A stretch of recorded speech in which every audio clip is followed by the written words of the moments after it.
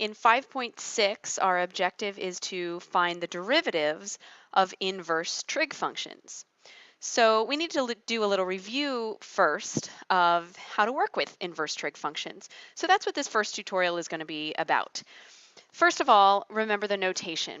Y equals the arc sine of x. That is very similar to the notation y is equal to sine to the negative 1 of x. They mean basically the same thing. So for the purpose of this lesson, arc sine of x will mean sine to the negative 1 of x, the inverse function of the sine of x. So that means that sine of y equals x. What that tells us is that when we're taking the sine of something, that is the angle. So when we read this, we say the angle such that when we take the sine of it, we get that value. That's what we think to ourselves. Now remember that functions can only have inverses, meaning the inverse will be a function, if the function is strictly monotonic, always increasing or always decreasing. So we have to consider that there's a restriction on the domain of each of these because we know that the trig functions are cyclical. For example, the sine function, all of it, which goes on infinitely, is not strictly monotonic and does not have an inverse because it goes up, down, up, down, up, down, right? So we take just the section of it that is strictly monotonic and closest to the origin. So here's the origin. So it's strictly monotonic from here to here, closest to the origin. So what section is that? Negative pi over 2 up to pi over 2. So we're only using those angles. So when we say we want the sine of what angle, the angles that we're talking about are this range of angles. So this range here represents the angles that we would possibly give if we were asked to find that that angle for that gives us that x value when we take the sine of it. For example, you may have a better recollection if we do some of these examples. Evaluate the following inverse trig functions. So arc cosine of negative a half equals, we are asking what angle is it? Arc cosine, inverse cosine is asking for an angle. So normally we would say, and let's call this angle something. Maybe we call this, theta, the angle theta. So let's change this into saying the cosine of what angle equals negative a half. So we think about our unit circle, which by the way, we have to know really well at this point. On our unit circle, cosine, which is the x-coordinate, is a half where? So we think of our ordered pair where 1/2 is the x-coordinate. That goes with root 3 over 2, and that helps us remember that is pi over 3. And by the way, we always do radians, okay? Unless otherwise specified, but it's never otherwise specified. So always with radians. So that's the pi over 3 angle. But pi over 3 is where x is positive a half. Where is x negative a half? So we think about our unit circle, and actually there's 2 points where it's negative a half. It's up here, so the angle is up here. This is the reference angle pi over 3, but in the second quadrant, that's 2 pi over 3, but it's also negative a half down here. What's that reference angle? Well, if this is pi and we add a third to it, that's 4 pi over 3. So which one is it? Well, we have a restriction on how where the angles for cosine goes. So just like we looked at the graph for sine, if I look at the graph for cosine, starts here, goes like this. Okay, we could look at it going the other way. We want just a section that's strictly monotonic and closest to the origin. That section is going to be from 0 down, down, down, down, down to the bottom of that slope right there, that little curve right there.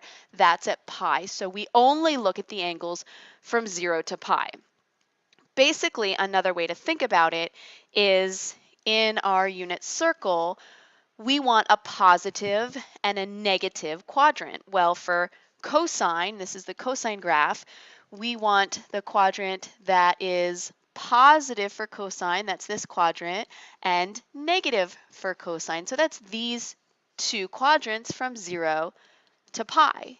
For the sine function, we want a positive and a negative quadrant also, but sine is not positive in this, or sine is positive in this quadrant, so whereas we take the positive here for sine, it's negative in this quadrant. So we go forward to pi over 2 and backwards to negative pi over 2. Of course, if you remember, sine is the y, where this y is positive, where the y is negative. Cosine is the x, where the x is positive, where the x is negative. Just those two quadrants. Perhaps you go back to your notes and you make yourself a little bit of a reminder about the visual of these quadrants. So let's remind ourselves that y equals arc sine x, and its reciprocal function, y equals arc cosecant x, and then arc tangent x because of its asymptotes, they all have the same range restriction.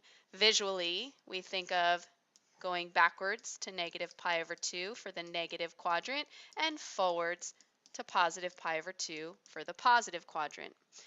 Then arc cosine of x, and then of course arc secant of x because of its relationship with cosine of x, and then arc cotangent x because of its asymptotes, those all have the same range restrictions, 0 up to pi, to get a positive and a negative quadrant. Maybe you can pause the video, try the second example, come back and see how you did. So we recall that what this is saying is we're looking for some angle. We'll call it theta. So the sine of theta equals negative root 3 over 2. Let's think about what ordered pair has the y-coordinate negative root 3 over 2. Well, that goes with the x-coordinate 1/2. Where is that located? Well, pi over 3 is the reference angle. But when we think about the unit circle and we need the negative of the y value, remember the sine goes back to negative pi over 2 and forwards to positive pi over 2 for our positive and negative quadrants. So that means our reference angle is going to be down here in this quadrant. And because it's going backwards, that means we're going to be using negative pi over 3. Therefore, the arc sine of negative root 3 over 2, or the angle we're calling theta, is negative pi over 3.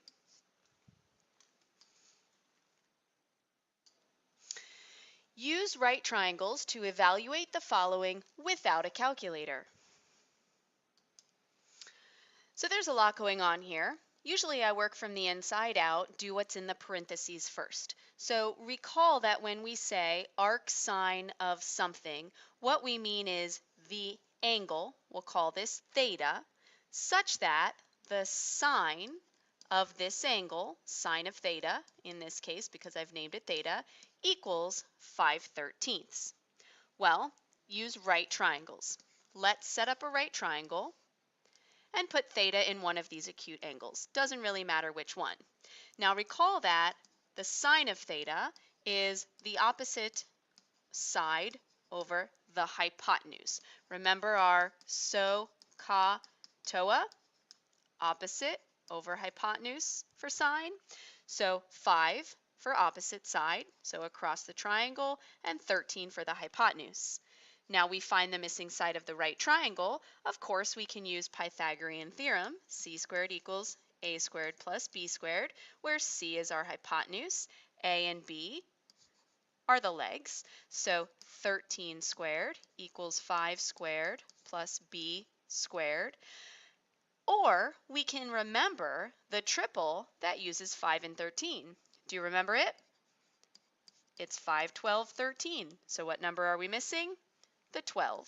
So B is 12. So this side of our right triangle is 12. Well, now what? Remember, ultimately, we want the cosine of this, which we're calling theta. So cosine of theta equals, well, remember cosine is adjacent over hypotenuse. Adjacent over hypotenuse. So that makes the adjacent side 12 over the hypotenuse 13. And there we have it. Write the expression in algebraic form. So right now, this is in trigonometric form. How do we transform it to algebraic form? Meaning it has no trig functions. Well, think about what we just did in the previous problem. Let's treat this as an angle. That's what it means. The angle such that the tangent of that angle equals 4x. Okay, refer to our SOHCAHTOA. Tangent is opposite over adjacent, and we make a right triangle. Put theta in one of the acute angles. 4x doesn't look like a ratio, but we can write it as 4x over 1. So this is our opposite side over our adjacent side. So opposite from theta is 4x, adjacent leg to theta is 1. We find our missing side by using the Pythagorean theorem. C squared equals a squared plus b squared. Now this time, it doesn't look like a triple, so we're going to need to use our Pythagorean theorem completely. C squared equals 4x squared plus 1 squared.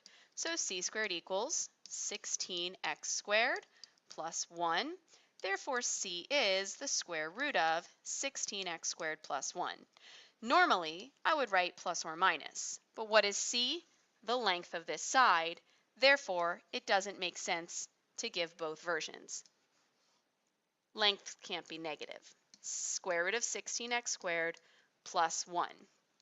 Now, I need an expression for the secant of theta. Secant of theta equals, well, remember that the secant of theta is the reciprocal of the cosine of theta. So we're looking at cosine, which is normally adjacent over hypotenuse. Therefore, we're going to be using hypotenuse over adjacent. What is that going to make? Here's the hypotenuse. Here's the adjacent. Hypotenuse over adjacent, or square root of 16x squared plus 1 all over 1. Of course, that's the same as the square root of 16x squared plus 1. And now we have this expression written algebraically. Why do we want that? Well, eventually when we're taking derivatives, this version may be more useful. But it's important to be able to know how to get the other